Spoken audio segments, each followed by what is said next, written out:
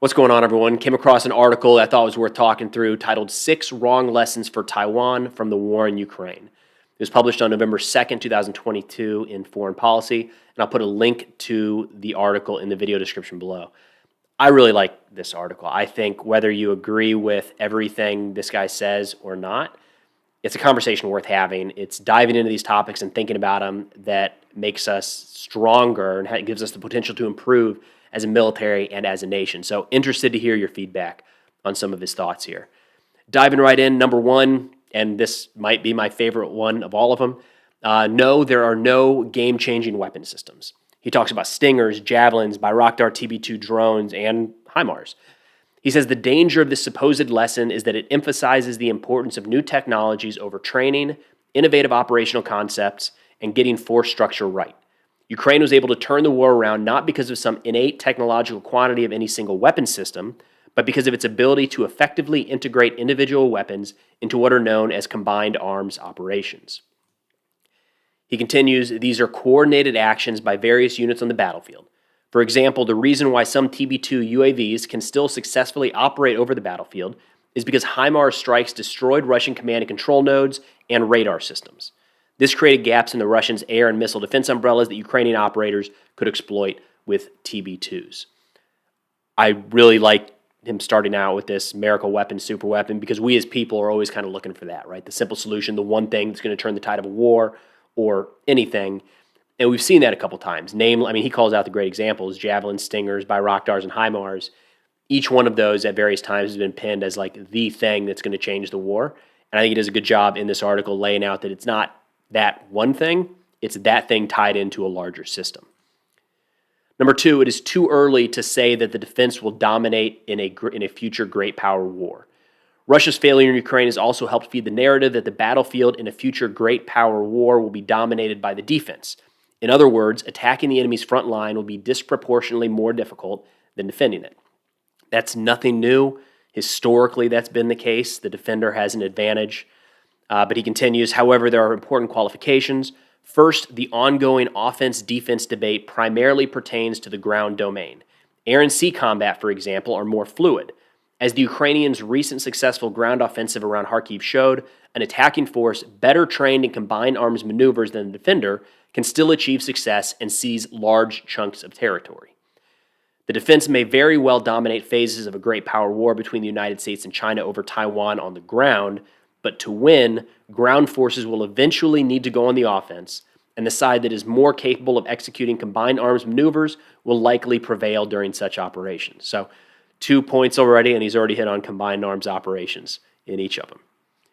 Moving on to the third, commercial off-the-shelf technology is unlikely to play an outsized role in a great power war. He says various analysts have emphasized that the unprecedented availability and use of commercially available technologies, that was a mouthful, including off-the-shelf drones, Starlink, satellite dishes, and satellite imagery supplied by private companies, gave Ukraine an important advantage over Russia. And they did. I think that's proven that has been the case. The outsized role that commercial actors play in this conflict, however, has only been made possible because they de facto operate in safe havens immune to enemy attacks. In other words, Ukraine has a relatively secure supply chain. So I don't think he's arguing that these commercial systems haven't been beneficial, just that we might not be able to rely on them in a future conflict, and he does a good job of explaining why. He goes on, Starlink works in Ukraine because of Starlink ground stations situated in Poland, Turkey, and Estonia that are needed to eliminate bottlenecks. And Amazon can securely store Ukrainian data because its own servers are not in the war zone. In a great power war involving NATO, China, and or Russia, there may be no geographic safe havens. And these stationary targets would be fair game to long-range precision strikes by, for example, hypersonic missiles. The same applies to commercial satellite constellations and production facilities of off-the-shelf drones. Finally, he says the over-reliance on the commercial sector to provide technical assistance in a future great power war is likely the wrong takeaway from Ukraine. I tend to agree with that. I think it's interesting to see how commercial systems have been improvised in the battlefield, but relying on that as the primary source for anything is potentially setting us up for failure. Number four, we should not assume that cyber operations will only play a small role. This has been something that's been entirely missing from this war for the most part, right? He says the impact of Russian cyber operations has so far been limited not only inside Ukraine, but against Western targets. He says this could lead to the wrong conclusions, not only about the effectiveness of offensive cyber operations in wartime, but also the vulnerability of Western critical information infrastructure to enemy cyber attacks in the event of a great power war. This is a tricky one. I'm not an expert when it comes to cyber. I know we put a lot of money and resources into that domain, but it's not. I don't. From what I can see, it's not getting a lot of attention or hasn't been a focus of Russia during their war with Ukraine. So unlike things, on the kinetic battlefield that we can see, how javelins are working against T-72s or how Stingers are working against Ka-52 helicopters, we can gather that data in real time. I don't know that we're getting the same level of data from the cyber domain. Moving on to number 5, lighter, smaller, more mobile systems are unlikely to dominate the battle space in a future great power war. The war in Ukraine has set off a debate about whether heavy weaponry, including main battle tanks and manned aircraft, are still relevant on the modern battlefield. That debate's been going since the day this war kicked off, right? But he says there's simply no substitute yet for the mobility, protection, and firepower provided by tanks. Furthermore, news that lightly armored Ukrainian forces were instrumental in the successful Kharkiv offensive needs to be contextualized. These lightly armed formations were a function of necessity and not preference. The Ukrainian armed forces have consistently asked for armor, artillery, protected mobility, and air defense, not lighter, more mobile systems. Initial breakthroughs and most of the heavy fighting still had to be done by armored formations, sometimes using previously captured Russian tanks. So my big takeaway from this is tanks aren't done, and when push comes to shove, they're still a formidable force on the battlefield, evidenced by the fact that Ukraine is still asking for tanks to this day. They still see the value. No matter how many Russian tanks they're knocking out, they still see the value in using these in modern war. I think this last one might touch on a couple nerves, so bear with me. Number 6, no, Ukraine is not winning because it fights like us.